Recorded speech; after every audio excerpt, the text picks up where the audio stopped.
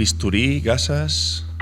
Y vamos a ver qué tenemos entre manos hoy. Entre manos hoy tenemos un par de invitados brutales. Bienvenidos otra vez a nuestro podcast Entre Trauma para todos los miembros de SECO y otros que nos quieran seguir.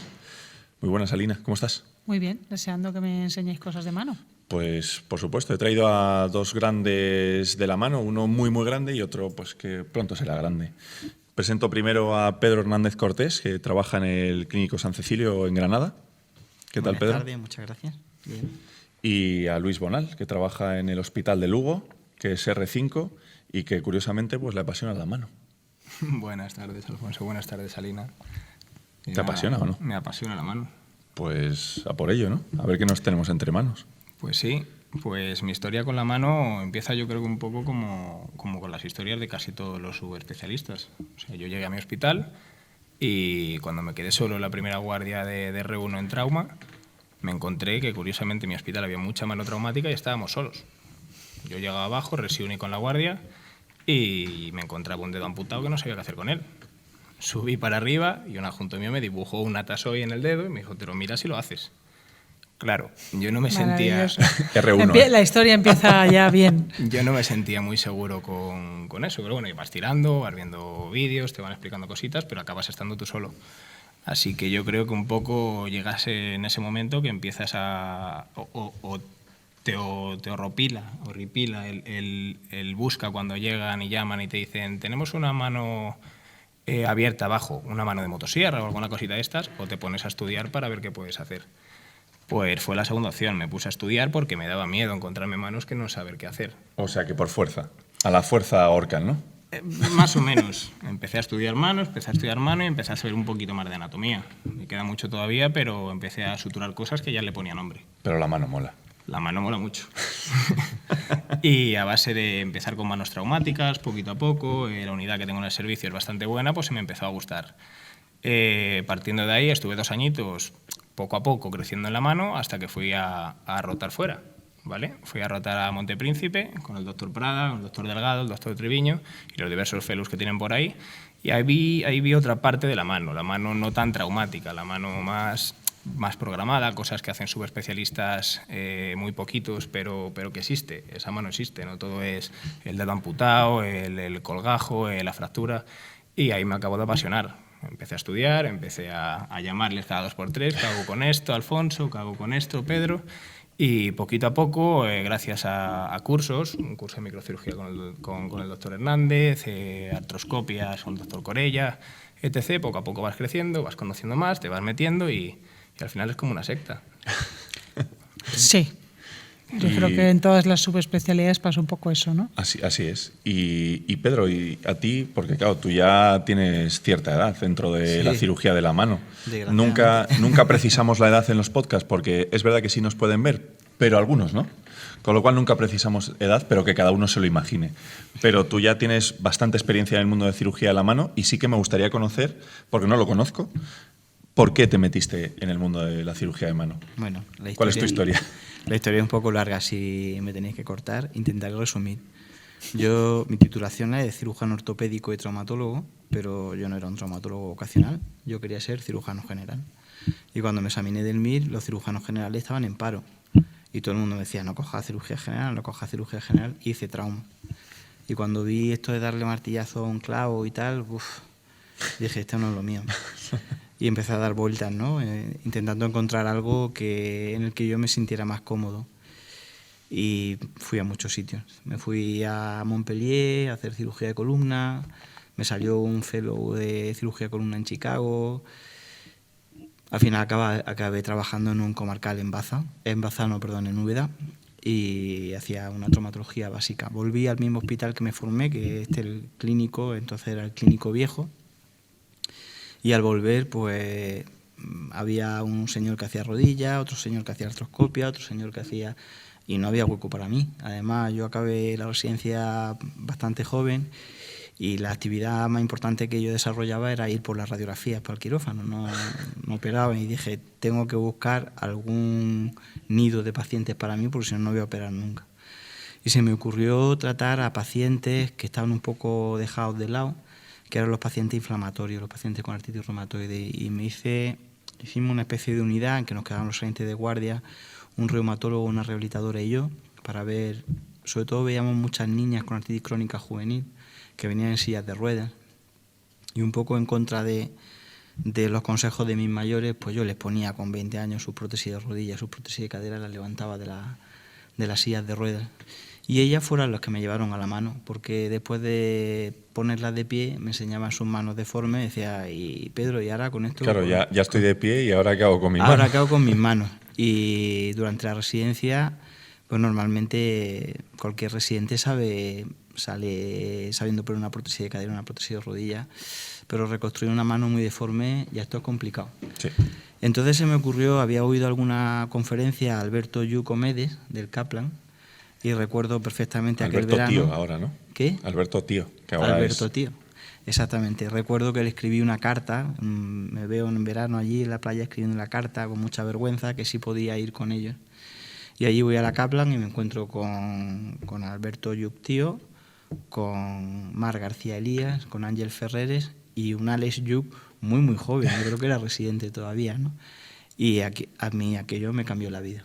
Ya encontré, como yo digo, mi sitio. A esta altura me he vuelto muy determinista y yo creo que tenía que encontrar mi sitio, fue mi sitio. Y cuando volví a Granada ya no solamente empecé a hacer manos reumáticas, sino mano traumática. En mi hospital no había unidad de mano.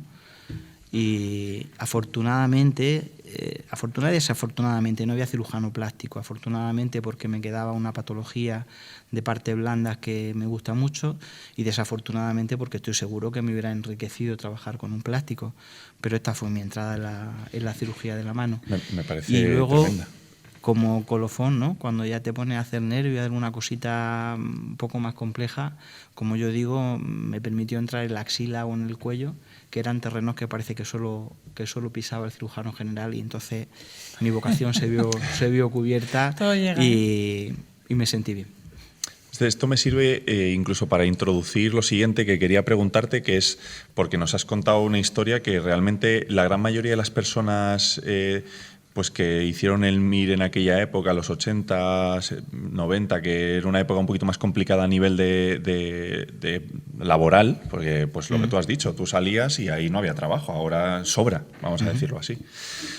Todo el mundo fue buscando su sitio. A todo el mundo que le preguntamos cómo entró en alguna subespecialidad, siempre parece como que iban para un lado, pero al final, como tú bien dices, pues tenía que acabar ahí, y te apasiona lo que haces. ¿Cómo ha cambiado la cirugía de la mano? Porque desde mi humildísimo punto de vista, yo soy un enano en esto, y ya solo con el tiempo que yo llevo ha cambiado bastante. En estos 10 últimos años ha cambiado bastante.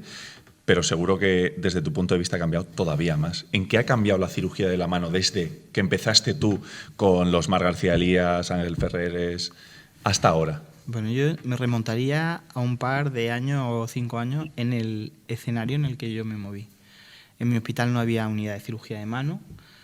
La cirugía de mano se limitaba a suturar unos tendones que no se hacían con muy buena técnica, a tratar una herida y tratar las fracturas de radio distal, con criterios muy diferentes a los que se trata hoy.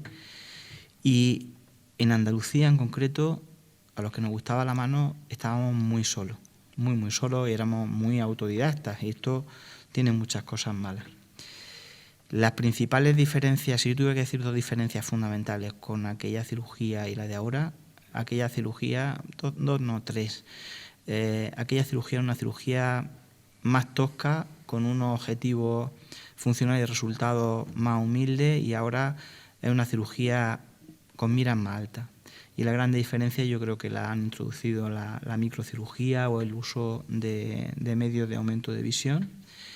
El entender la mano no solamente hueso, que es muy típico de traumatólogo, cirujano ortopeda, sino como un órgano, como un área anatómica en el que hay que tratar distintos tejidos, y tienes que tener conocimientos técnicos no solamente de ortopedia, sino también de microcirugía, cirugía vascular, etcétera. Y por último, la artroscopia. Yo creo que esas son las 3 diferencias fundamentales que hay en la cirugía de mano, que seguro está viviendo Luis desde el principio y que yo viví, y que era muy básica. Claro, eso es lo que justo te iba a preguntar, Luis. O sea, ¿cómo ves tú esas? Porque eso ya a ti ya te viene impuesto. O sea, tú ya ves que la micro es tu día a día, que, Sí. bueno, de hecho estábamos hablando antes, ¿no? Que sí, qué gafas me compro, eso antes era imposible. Le preguntas a Pedro, ¿no? Pues qué gafas me compres. Los años, imposible. O sea, ¿tú cómo ves eso dentro de la cirugía de manos? Porque es un abordaje, pues como dice Pedro, algo más multidisciplinar, partes blandas, nervio, vascular. O sea, la cirugía de mano en concreto, dentro de todas las subespecialidades, parece como que toca plástica, toca un poco de vascular, toca un poco de neurocirugía. Sí. ¿Para ti eso qué significa dentro de este mundo? O sea, para mí la cirugía de mano, yo creo que dentro del traumatólogo en general es una gran desconocida todavía. ¿Todavía? Todavía. El traumatólogo ¿Seguro? general... Porque estoy yo.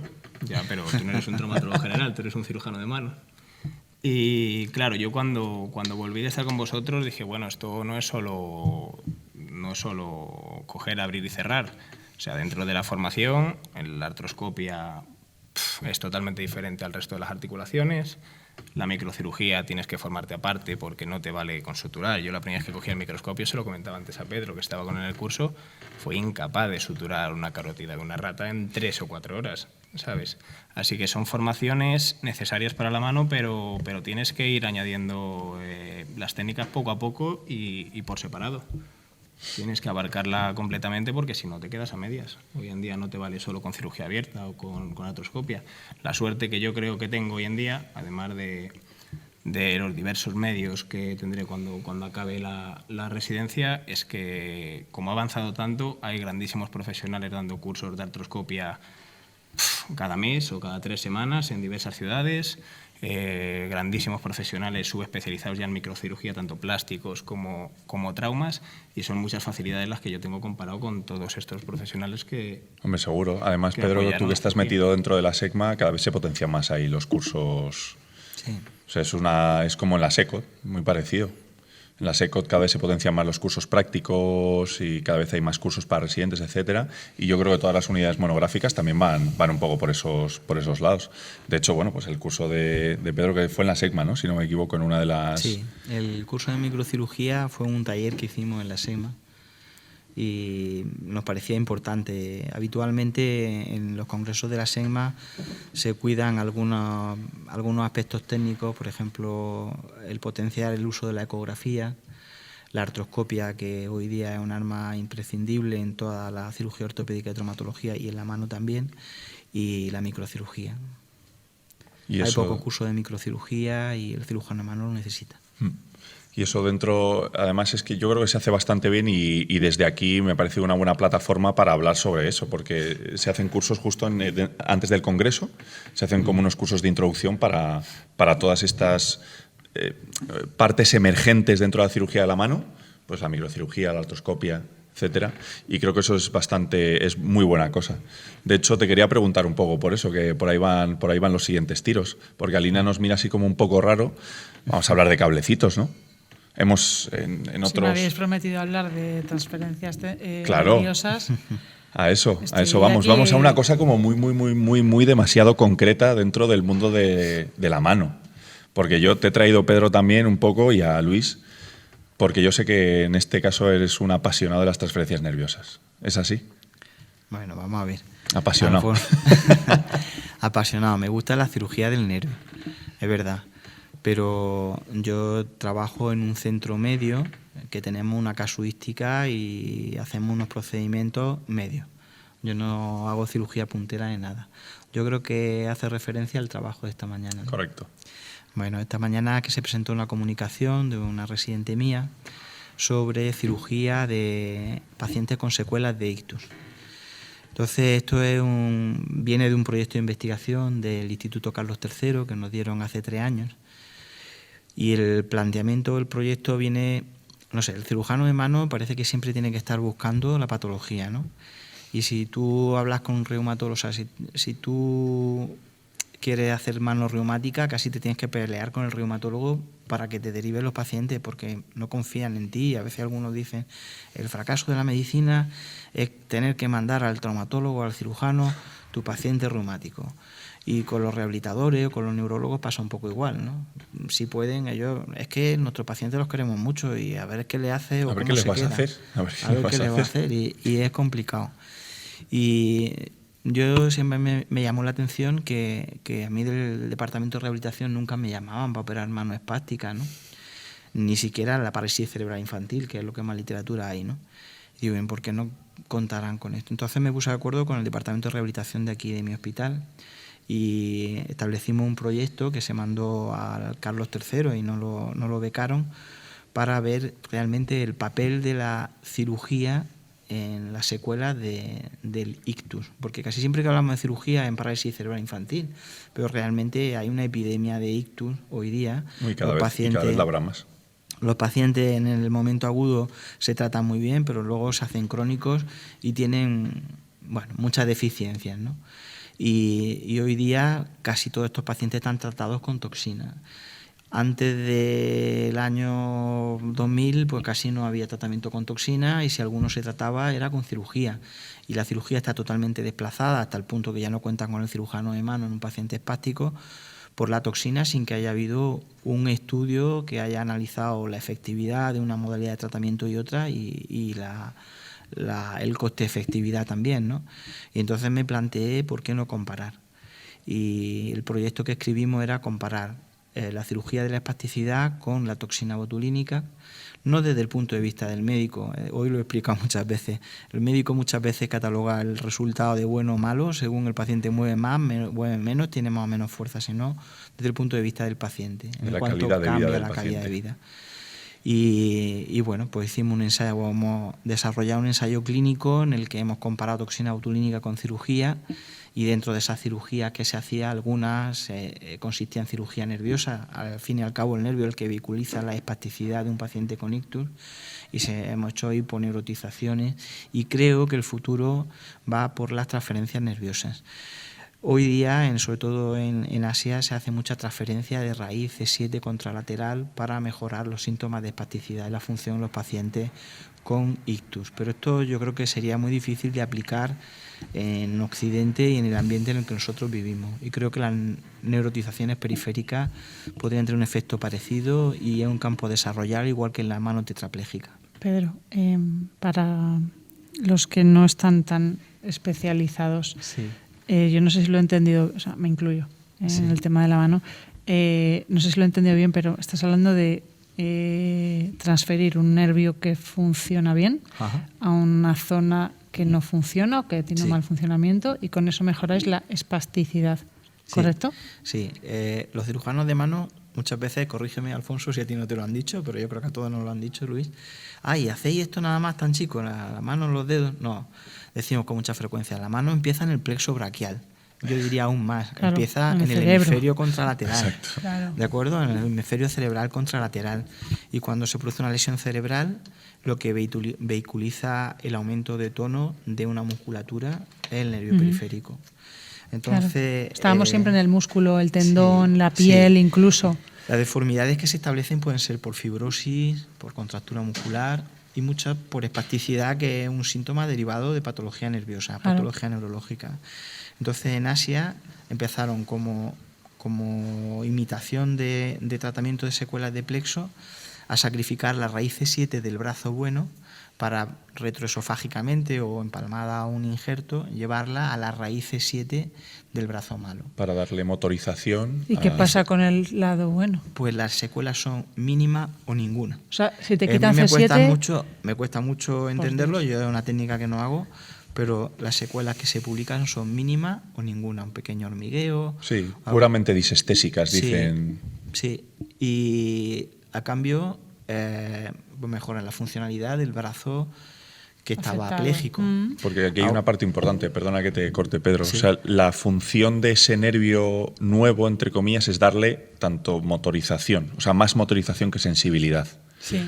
Entonces, puedes utilizar un nervio sensitivo para hacer motor, pero generalmente al revés no. De hecho, lo que se busca es funcionalidad más que sensibilidad. Entonces, lo que haces es como cuando enchufas un cable, vamos a decirlo así llano. Sí. Enchufas un cable y entonces empieza la luz. Ahí, ¿no? Perdón. Sí, no quería decir nada más. Lo único que yo me planteo es cuántos españoles o cuántos europeos nos dejaríamos coger una raíz nerviosa en el cuello del brazo bueno para ver si mejora el brazo malo. Y ya con el miedo de quedarme con los dos brazos. Entonces, con los dos brazos mal. Entonces yo creo que esto es más fácil desarrollarlo en algunos escenarios geográficos que en otros. Pero bueno, básicamente para introducir un poquito el tema, que sí que es una parte con las que quería finalizar, es que la gente conozca el concepto de una transferencia nerviosa, que muchas veces ni rehabilitadores las conocen, ni los reumatólogos, ni los propios traumatólogos conocemos que esto existe y que no es una técnica sencilla, ni una técnica que la pueda hacer todo el mundo, pero sí que, Luis, pues funciona en determinados ámbitos y que, bueno, es una técnica a utilizar. Y para que conozcan pues que en muchos centros en cirugía de mano pues esto se utiliza. Y la verdad que para las secuelas de ictus pues me parece una gran idea. Sí. Con lo cual pues nada, yo os agradezco a los dos vuestro tiempo y sobre todo vuestro esfuerzo en salir en nuestro programa, porque la verdad que no siempre es fácil ahí que te cojan para hacer un programa de este estilo, ¿no? ¿Puedo hacer cojan una por sorpresa, pregunta, Luis? Las que tú quieras. Pues me gustaría saber, tú que ahora mismo estás empezando y que te ha enganchado la mano, dentro de la mano, que es un área de capacitación, pero que a su vez se puede subdividir en muchas más áreas, ¿no? ¿Cuál es la patología que más te llama la atención? ¿El nervio, la articulación, tendones? Ahora mismo, sí. El nervio periférico. Nervio periférico. Pero es la que menos domino con diferencia. Bueno, tiene muchísima carrera por delante y seguro que será una persona de referencia para todos. Muchísimas gracias. Pues en eso estamos. Daros las gracias porque yo paso muchas horas en el coche escuchándoos y para mí es un gran honor estar aquí con vosotros compartiendo estos minutos. Bueno, en realidad es que es el podcast de todos. Esto es la Sociedad Española de Cirugía Ortopédica y Traumatología. De hecho, como siempre decimos, pues os animamos para que mandéis vuestras sugerencias, si queréis incluso venir, ¿verdad? Pues si queréis participar, pues así nos facilitan incluso el trabajo en muchas ocasiones. Sí, porque la verdad es que habéis explicado cosas que yo creo que son bastante novedosas, ¿no? O sea, todo lo que habéis hablado me parece que debemos tener más información periódica sobre temas así de actualización, o sea que eso encantados de volver a teneros. Como dijo Luis, es un honor y para mí una sorpresa porque jamás pensaría haberme visto en esta situación. Gracias. Muy bien, Alina, pues terminamos pues con nada, este programazo. Nada, gracias a los que nos escuchan y nos ven. Y tu frase estrella que nunca me voy a conseguir recordar. Seguro. Pues mira, en este caso, con el tema del ictus que ha hablado Pedro, pues también nos vale mi frase. Entonces siempre hay que buscarle este ámbito, porque a veces para seguir hay que empezar de nuevo. Hay que empezar de nuevo. Claro, para seguir hay que empezar de nuevo. Cuando te da un ictus y tienes la desgracia, pues tienes que empezar de nuevo, ¿no? Pues esto igual. A veces para seguir hay que empezar de nuevo. Esto ha sido Entre Traumas.